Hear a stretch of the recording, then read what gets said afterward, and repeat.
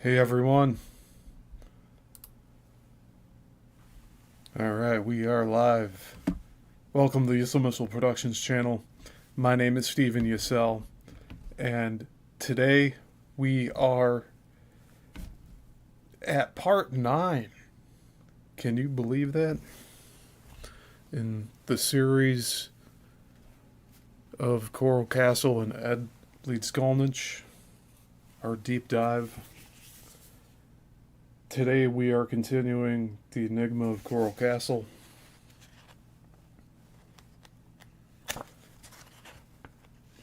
And there is a lot going on here.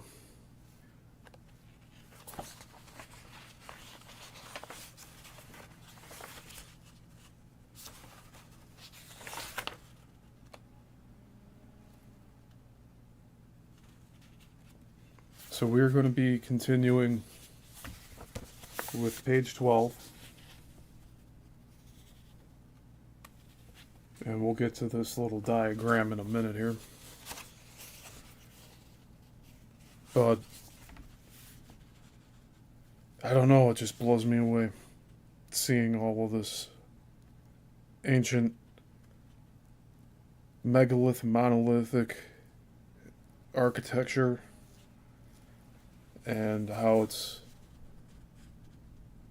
similar in layout to what Ed put together. And that he did say he had the secrets to the pyramids. So I like this companion book. And again, it's called The Enigma of Coral Castle by Ray N. Stoner. And again, I'm not sure where else you can get this besides at Coral Castle itself.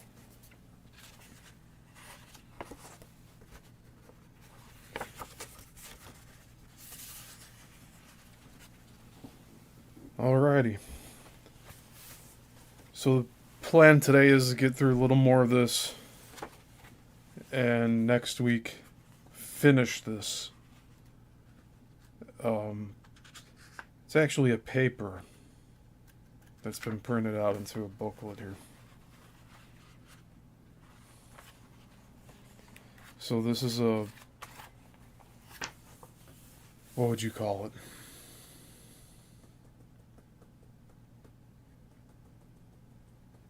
I don't know. It was published in at a university. It's in the archives. The Bradford Institute of Ultrascience. So,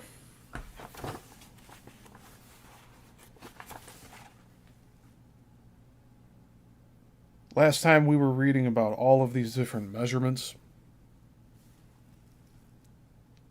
and how these different cultures had different units of measurement, like the furlong, the mile, megalithic mile, Palestinian cubit, royal cubit, the remen, the yard. And they're all varying, but yeah, it's a lot to it was a lot for me to process, I'll tell you that much.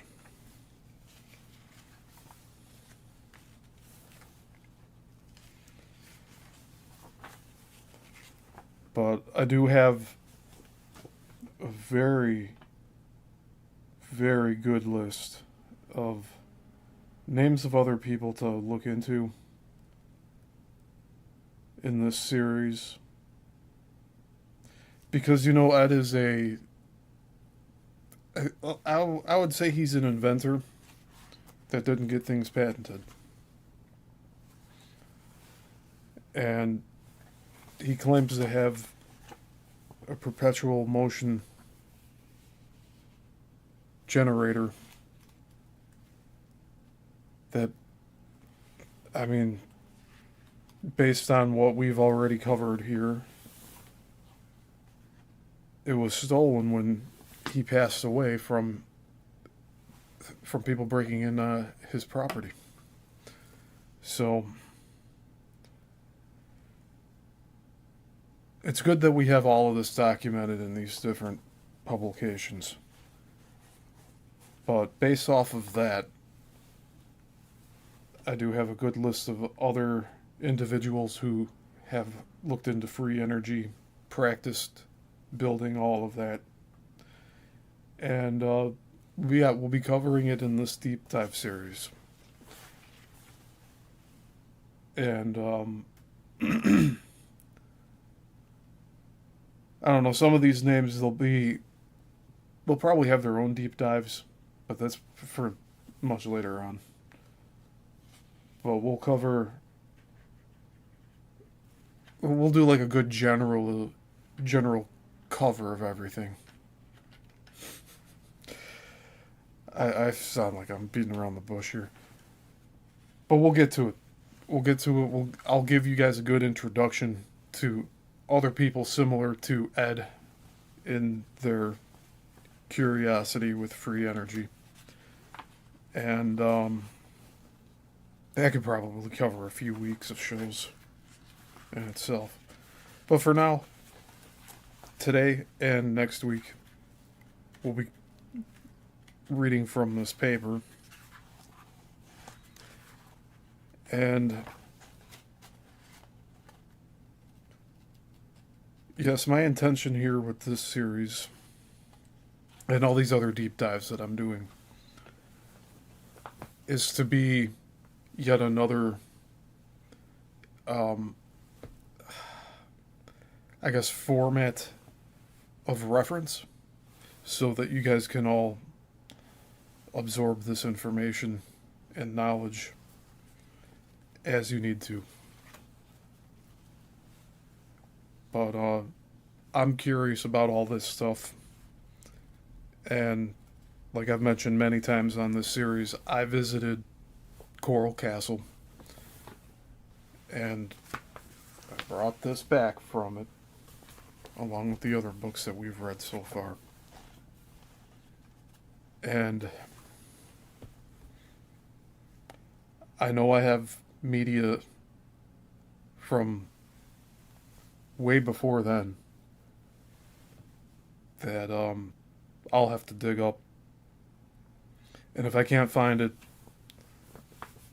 we'll just wait longer. But eventually this series won't be weekly anymore.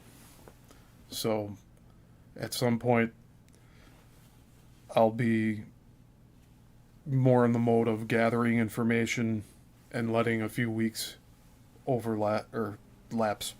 So there won't be weekly shows for this series probably after next week. And then I'll be adding parts to this deep dive as I dive deeper and formulate more shows going forward. But we do have a lot of reference books that were mentioned in the first few parts of this series, and I will be going back to revisit those. And I will be figuring out how I'll present all of that information too. But today we're getting more into the pyramids and their measurements and how they're constructed. And I consider all of this architecture too. So, just a quick update before we start reading for today.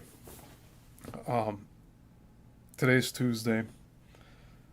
Thursday, we will be having our regular deep dive series into the Bermuda Triangle. And that's also at 6 p.m. And I moved both of these shows to 6 p.m. so that more people can tune in live. And we'll see how that goes.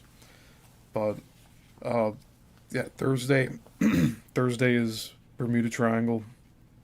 And then Saturday at 11 a.m. Central Standard Time, is the Chicago Film Industry Deep Dive series. And that will be a good show as well. So if you haven't watched any of those yet, you're more than welcome to watch live, even if you haven't caught up yet. But I have a lot of good information there, starting off with the late 1800s and Thomas Edison. And we're going to be moving through all of that information and showing some photographs too.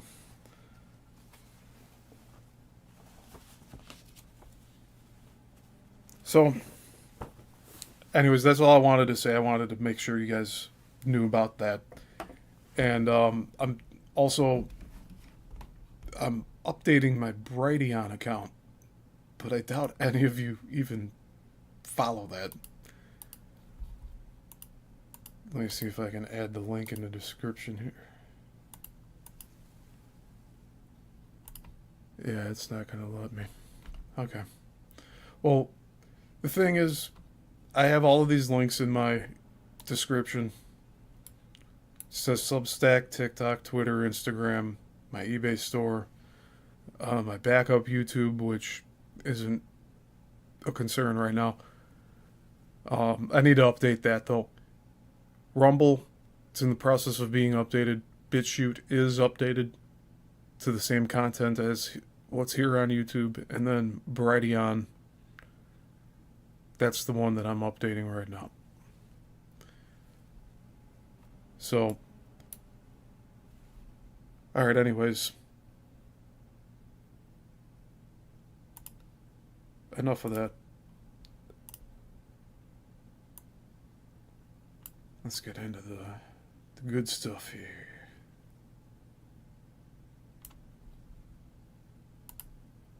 So again, I'll be explaining these pictures and going slow over each of it, all of these, zooming in. I'll be doing all of that after we get through this. So that's my plan. And then I'll explain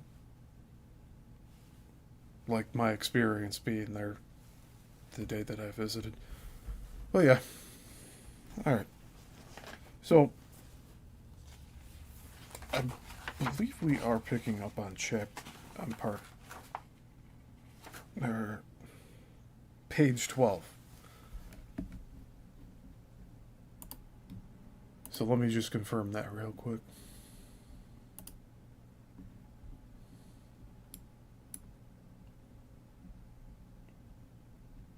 You know, if you guys have any recommendations on what other topics I should cover, let me know. But for the most part, I'll be leaning more into the free energy stuff with Coral Castle and how that all plays into the ley lines and the Bermuda Triangle, which is why I'm doing that series as well.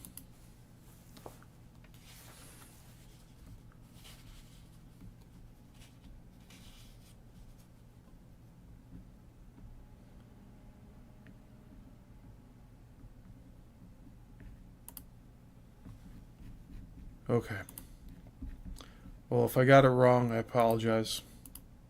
But I do believe we are on page 12 here.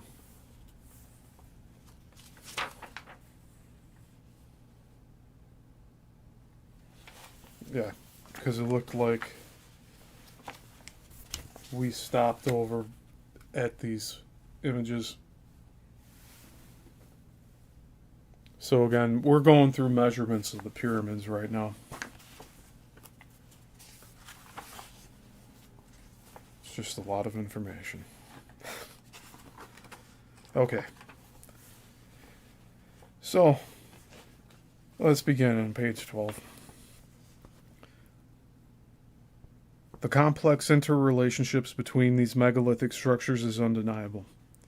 It is apparent from this mathematical linkage that all of these structures must have had the same builders whose universe was based upon a measure which was geo... Oh, wow. Geotic... Geodetically. Geodetically. You don't hear that every day, do you? All right, let's reread that. It is apparent from this mathematical linkage that all of these structures must have had the same builders, whose universe was based upon a measure which was geodetically linked to the physical Earth and solar system, and mathematically linked to the infinite. That's quite a statement.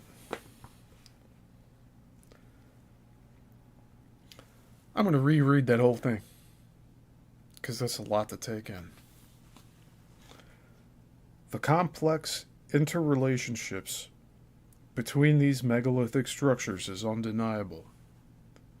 It is apparent from this mathematical linkage that all of these structures must have had the same builders, whose universe was based upon a measure which was geodetically linked to the physical Earth and solar system, and mathematically linked to the infinite.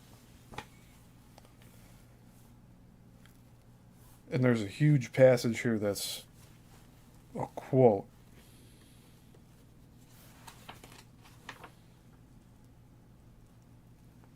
That is from The Great Pyramid Decoded by Peter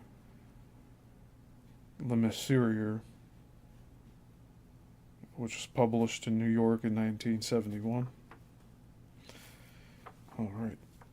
And it's, I guess, from page 8 of that book. Quote, the basic unit of measurement apparently used by the designer turns out to be an exact 10 millionth of the Earth's mean polar radius. The pyramids at Giza, designed base square, has a side measuring just 365.242 of the same units, a figure identical to the number of days in the solar tropical year. And the same figure is also to be found in other features of the design. Yet from the slightly indented shape of the base of the core masonry, alternative measurements of 365.256 and 365.259, that's a 0.003 difference, of these units can be derived. Figures which turn out to be the length in days of the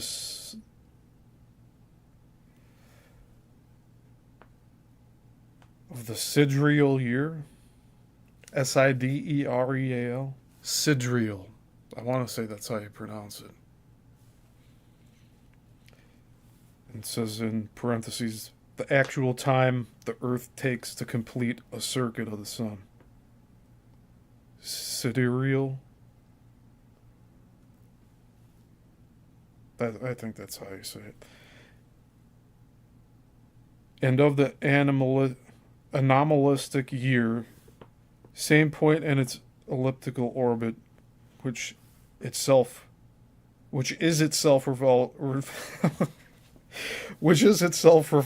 revolving slowly around about the sun.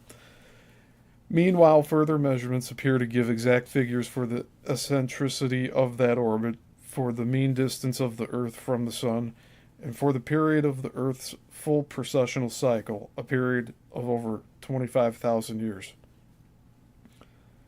If one wished to have an architectural symbol for the planet Earth itself, one could scarcely do better than to take the Great Pyramid of Giza.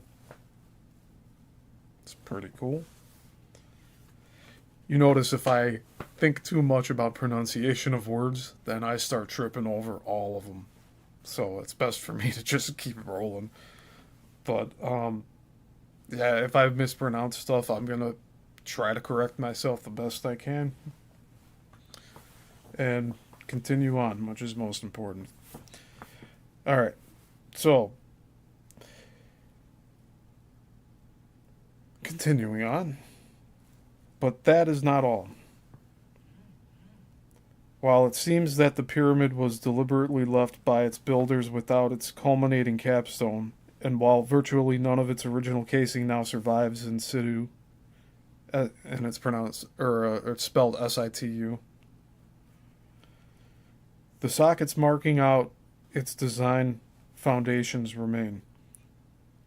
The angle of its faces can be deduced from such casing stones as are still preserved, and the architect included in the design of each face a triangular indentation representing a 1/5 scale model of the pyramid's cross section.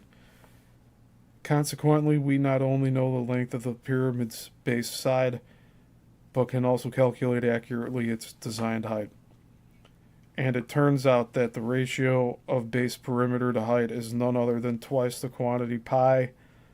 In other words, the pyramid's height is to its base perimeter as a circle's radius is to its circumference.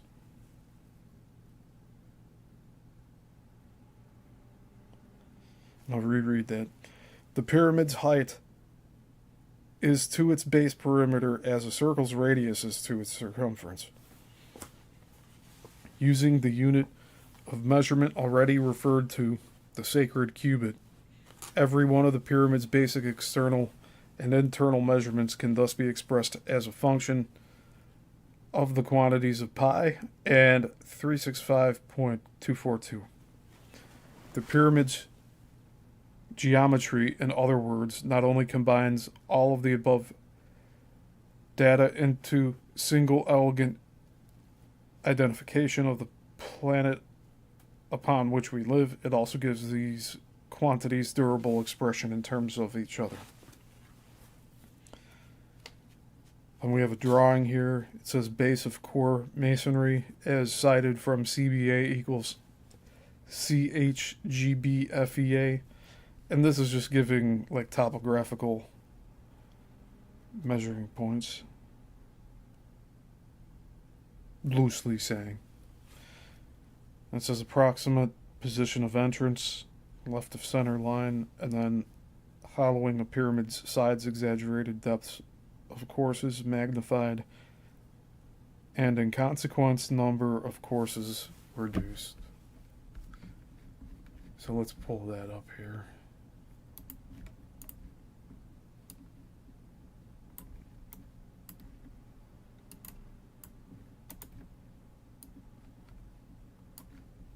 Okay.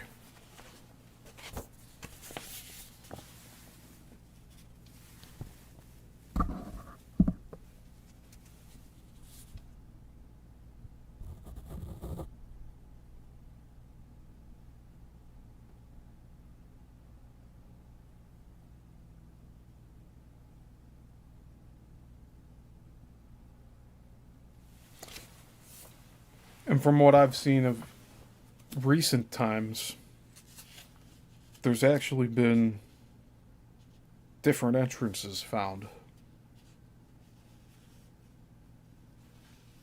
And it's like further up in the middle of the pyramid. There's a huge archway and everything. It's worth looking into.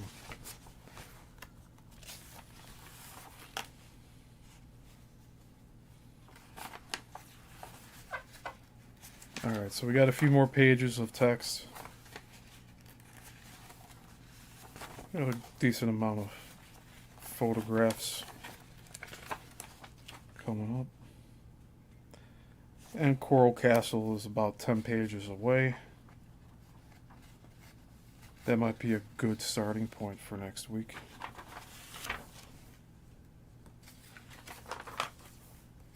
Let's see. Alright, anyways, continuing on. The Great Pyramid. Diagram of core masonry. Note the absence of capstone, the hollowing of the sides, and the prominence of the 35th course of masonry, here represented as the 5th course from the bottom. The original base circuit was well over 1,000 yards. For 3,000 years, the whole exterior was sheathed with polished limestone casing blocks, forming a smooth, almost faultless slope at 51, 51, 14 to the horizontal, as well as being visible for many miles as a golden mountain, brilliant in the sunlight. Hence its Egyptian name, the Light. The pyramid cast visible reflections both in the air and on the sand of Giza Plateau, and these may well have been used by the ancient Egyptians to regulate their seasons. Now, I'm familiar with all of that, but it's more. It needs more, is what I'm saying. I've heard bits and pieces, but I need a lot more evidence of the, what do you call it? Of those limestone caps that they speak about here.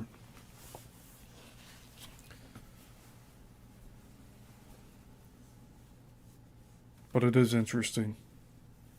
And it probably is true. But it's a shame that we don't have any recovered art or paintings that show what it looked like.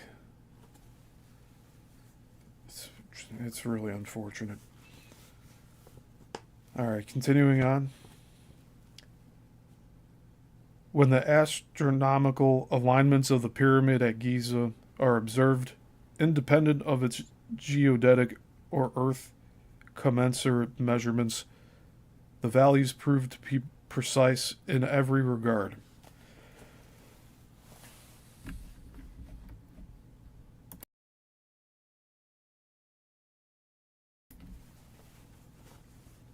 Quote, the design angle of descent and ascent of its sloping passages is 2618 9.7, an angle significant for having once been the exact elevation of the pole star from the latitude of the pyramid. In fact, during the 3rd millennium BC, the then pole star Alpha Draconis actually shone directly down the descending passage as its lower culmination, or at its lower culmination. And this was the very millennium which apparently saw the construction of the pyramid itself. This angle then, and thus, perhaps, the passage which forms it also, clearly has both an astronomical and chronological significance. But could it perhaps have others too? If the same angle is laid off from the pyramid's east-west axis in a northeasterly direction, for example, the rhomb line so produced marked the bearing of the summer sunrise from the latitude of the pyramid. I just want to make a note that rhomb line, the word rhomb, spelled R-H-U-M-B. Specifically, that of the sunrise on the 6th of June and 7th July, assuming that the horizon altitude is 0 and that the sunrise is taken at the moment when the sun's lower limb sits tangent on the horizon, the definition usual among the ancient megalith builders. With the sun's apparent motion corrected for the 3rd millennium BC, the same bearing would formerly have been reached on the 5th of June and the 8th of July. It is interesting to note that the bearing 1.7 degrees 1.7 degrees, the obvious target, the contemporary midsummer sunrise on east 2740 43 I want to say degrees.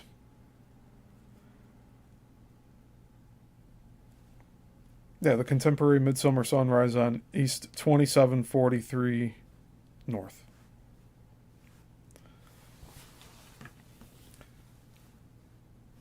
Just as the same angle applied as an altitude similarly misses the north celestial pole by 3 degrees 41, and it had to since the former pole star, like its present counterpart, was not sighted exactly as the celestial pole. So precise was their mathematical astronomical knowledge that even the numbers of the precession of the equinoxes is encased in immutable stone. And then there's a quote here with four points. But I just want to comment on what we just read here.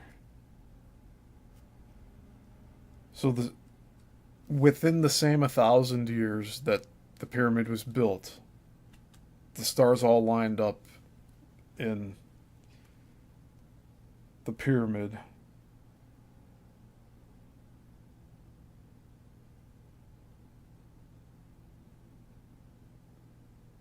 I wonder how many times that was supposed to happen like that, too. The pole star Alpha Draconis. Okay, so we're going to continue on. Quote, the precession of the equinoxes is the exact length of time it takes for a 4-hour solar system to make a complete revolution around the vastly greater sun, the Pleiades. This is figured as 25,827.5 years. We're getting into the good stuff here. Many of the early pyramidologists felt that the designer of the Great Pyramid also knew these figures. They point to 4 places in the structure where this number is worked into the stone with mathematical precision. They are: number 1, the 2 base diagonals of the pyramid are 12,913.75 pyramidal inches. Multiplying this figure by 2 equals 25,827.5. And that's the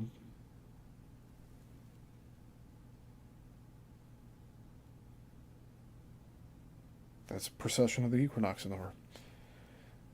This is the exact number for the precession of the equinoxes if we allow an inch to represent a year. The floor level of the king's chamber in the pyramid is located on the 50th tier of stones. If the outside surface of the pyramid is measured at this level, we once again have a figure of 25,827.5 pyramid inches.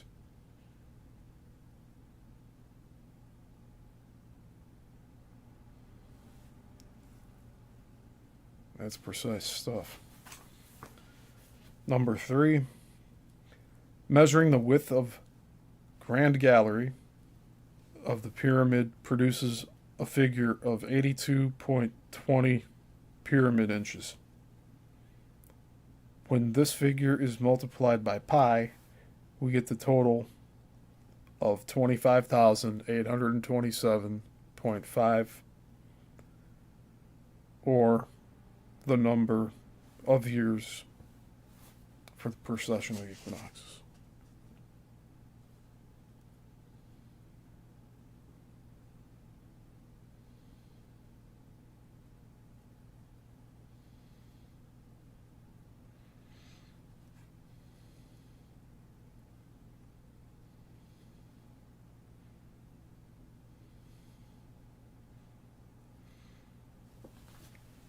That's a lot to think about. Sorry. All right. Now, the Great Pyramid at Giza not only shows precision in mathematics, astronomy, and surveying, but also in the actual physical construction. This precision is best known in the report which Sir Flanders Petrie, founder of the British School of Archaeology in Egypt, submitted on the pyramid's construction features.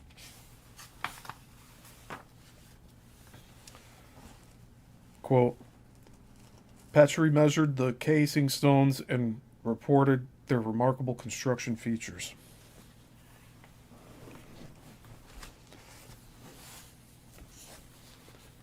They meet in the seams of only 1/115th of an inch in width, stones being only 1/100th of an inch in length of 75 inches. This is the accuracy that a modern optical technician would use for such a long cut. The rose pink blocks in the king's chamber were fitted together with remarkable seams. Some of the seams are only 1/10,000th of an inch in width. This is less than the width of a human hair.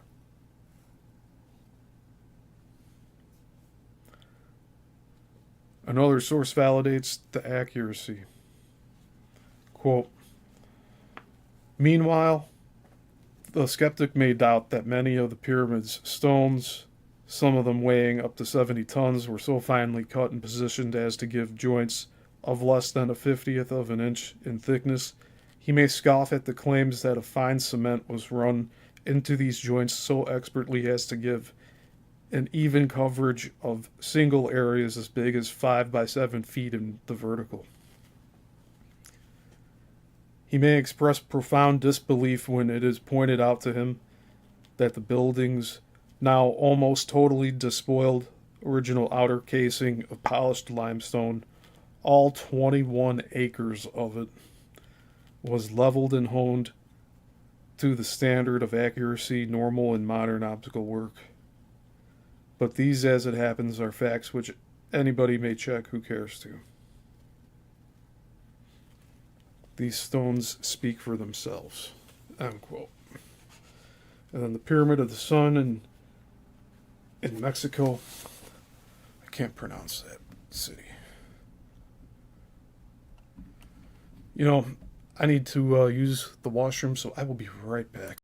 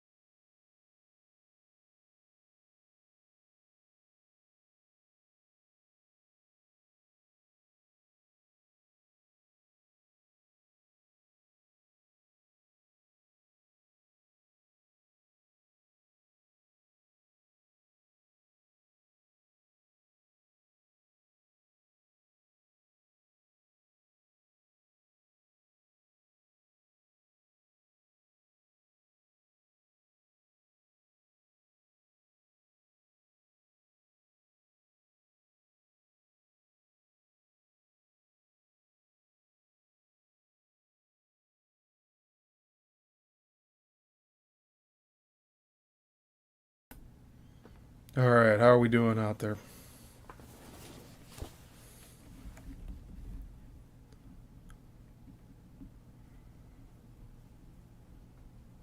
Okay, we got about 20 more minutes.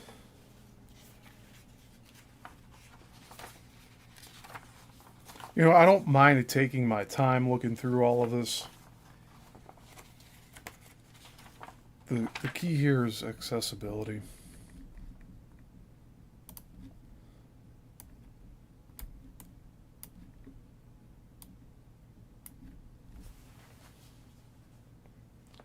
Pyramid of the Sun.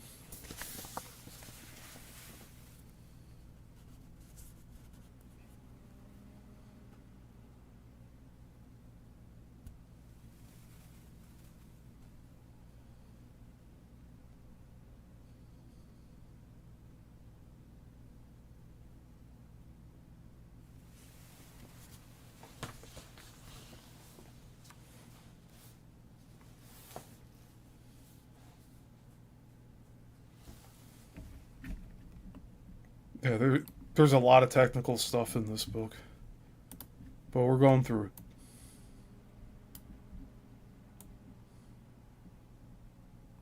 We're going through all of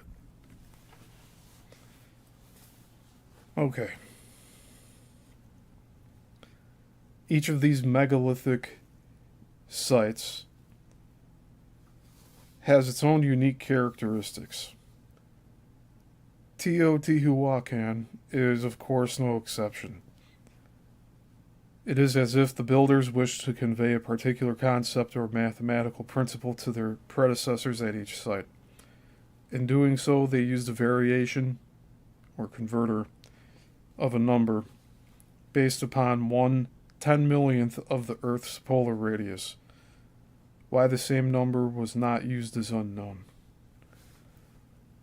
These converters change man-constructed measurements, or buildings, into geodetic and solar system commensurate numbers. Thus, the builder links the works of man mathematically with the symmetry of the universe. Geodetically, the Pyramid of the Sun complex is located at 19 degrees 19 latitude, just north of Mexico City. At the Sun Pyramid itself, the east face is aligned so its midpoint faces the rising sun on the equinox. At noon on the day of the equinox, the sun's rays strike the north face of the fourth pyramid body in such a way that the pyramid's location on the surface of the Earth is determined.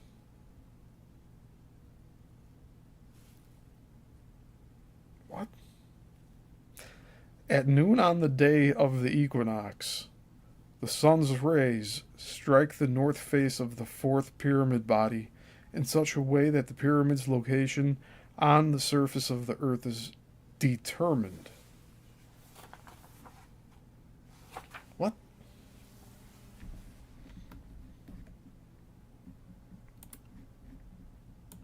Well, anyways, there's a few photos here.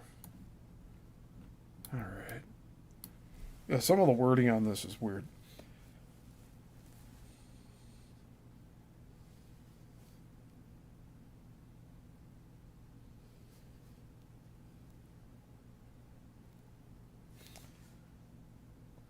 Manner in which the shadow on the lower part of the fourth body of the sun pyramid, a constant and boldly outlined feature of the structure, is eliminated at the equinox.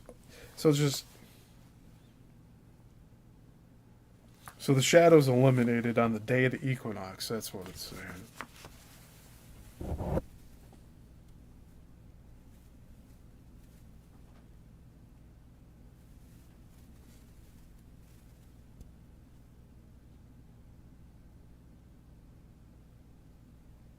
I'm waiting for it to focus here so you can see it.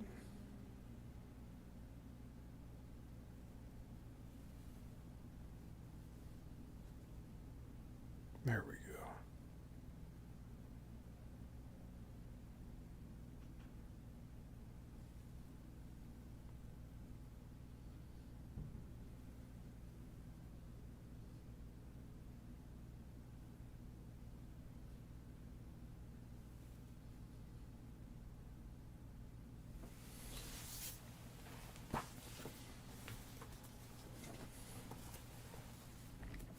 So the equinox makes it shadowless.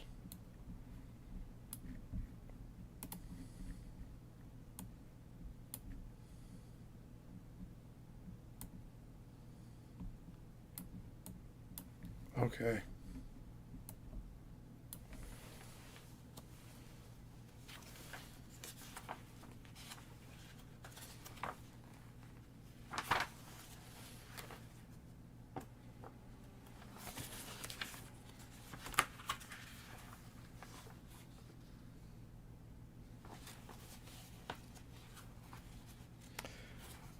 Yeah, this is heavy reading material, especially with all these measurements here.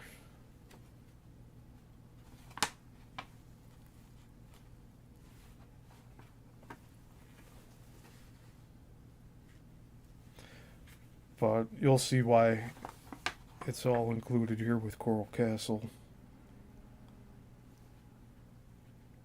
Ed built his own sundial that at the equinox it was hitting certain points. It's very interesting. It shows it how do you describe it? It's like a succession of images showing different parts of the day or different points in the year.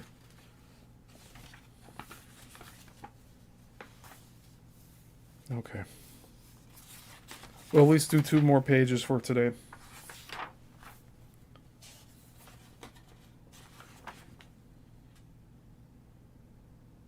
Yeah, we'll see how this goes. All right. Quote, noting that the lower portion of the 4th level was slightly convex and that it formed a triangle with an angle of almost 19.69 degrees to the vertical, it struck the Harleston that this was also the latitude of Teotihuacan. This meant that when the sun crossed the pyramid at the equinox, its rays would fall onto the north face of the 4th body at the same angle of 19.69 degrees to the vertical. Observing the west face of the pyramid at the equinox, Harleston was able to witness a unique effect as the sun crossed the zenith at 12.35 feet 30 inches.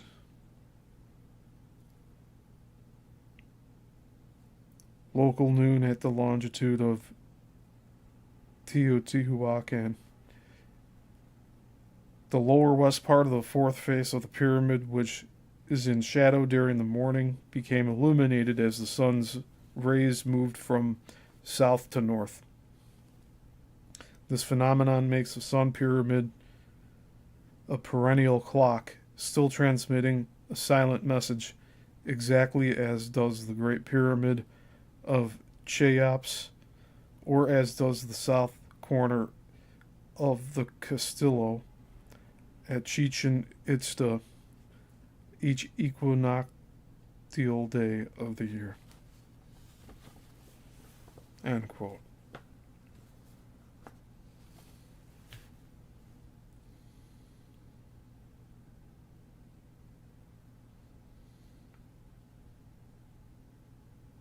I like that description of it being a perennial clock. Just like what we saw on the screen just now with Ed's clock.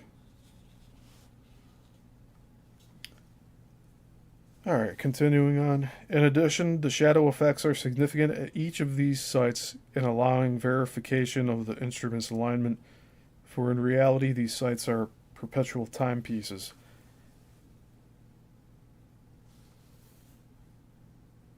At Stonehenge, we find, quote, the huge stones of the moonrise trilithon are so positioned as to cause the sun to cast a streak of light on the ground which passes through the slot.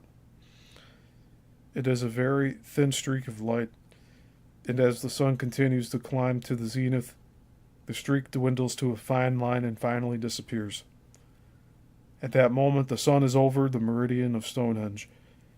It is apparent noon, and the fine line has precisely marked the north-south direction. This meridian does not, however, pass through the Sarsen Center, nor the Aubrey Center, though it is close to both. End quote. At Chichen Itza, it is possible to determine the date of the equinox by the appearance of the shadow snake on the pyramid's staircase. Quote, Louis Orochi, author of the new book on the astronomical orientation of the Castillo at Chichen Itza, also shows in a series of remarkable photographs that the steps of the building are so cunningly oriented and designed that only on the day of the vernal and autumnal equinox the sun's rays cause a great serpent whose head is carved at the bottom of the steps to slither up the stairway, forming a set of 7 perfect isosceles triangles patterned on the local rattlesnake, Crotalus. In fact, there is a photo of that very event in this paper here.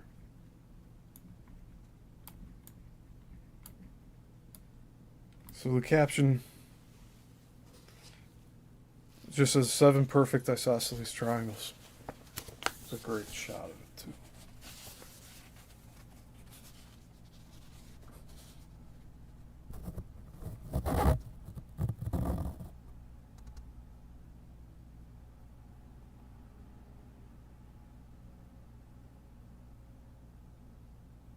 So you see on the shadowed side, there's the snake. The head is in the sunlight. And then each peak on its back going up, it has the sunlight in it.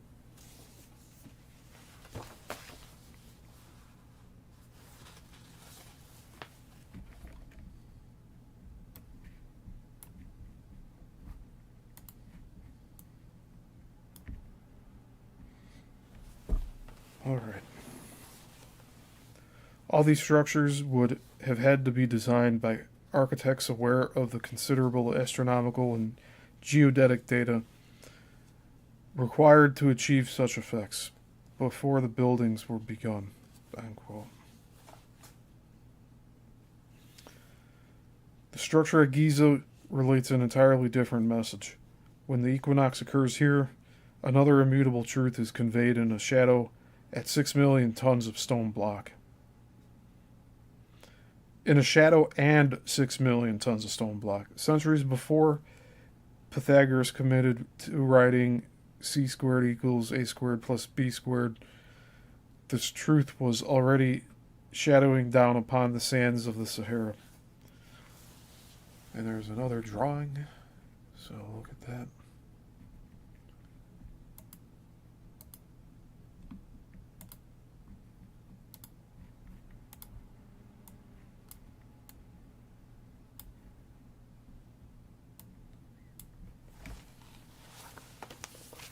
And a photograph. So we got the pyramids down there, showing the shadow that it's creating.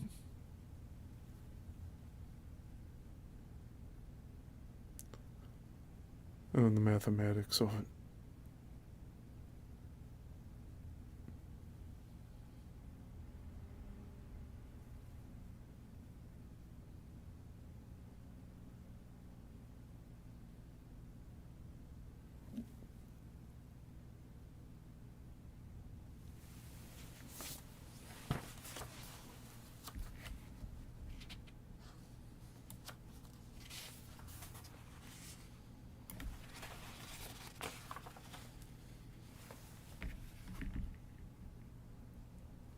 You know what? That's it for today, guys. So we'll pick up next week on page 20.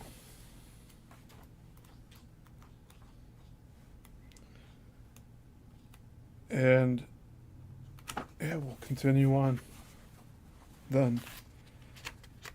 So we'll definitely be hitting the Coral Castle stuff in this paper on next week's show, part-time.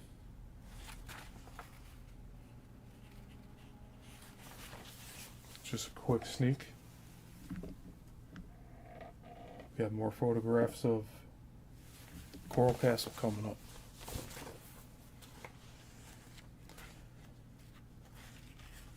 Yeah, we'll continue on with page 20. I keep on wanting to say chapter here.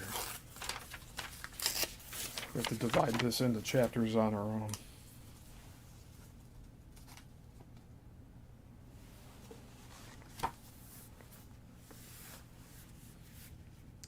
A lot of good information we're finding out in here as we get through this. And yeah, it's been a good day today. I hope you're all having a good week, and I hope you all continue to have a good week. I do have a show coming up on Thursday. I am throwing around an idea for Wednesday, but this week